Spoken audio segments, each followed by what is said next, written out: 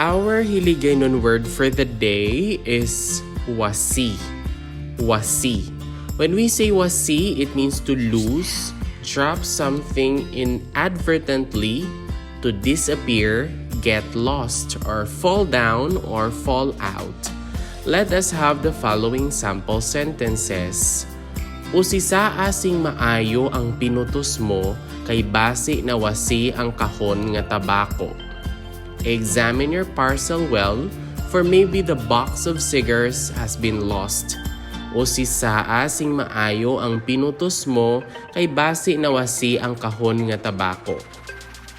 Amligi ang sinsilyo, agud dili mawasi ang iban. Take good care of the change or the coins so that none may be lost. Amligi ang sinsilyo, agud dili mawasi ang iban. And that is all about our Hiligaynon word for the day, wasi. If you learned something new from this video, please don't forget to click like, leave a comment, and subscribe. Moreover, you might also want to watch the next video on the screen. Maraming salamat, thank you for watching, and see you in the next video.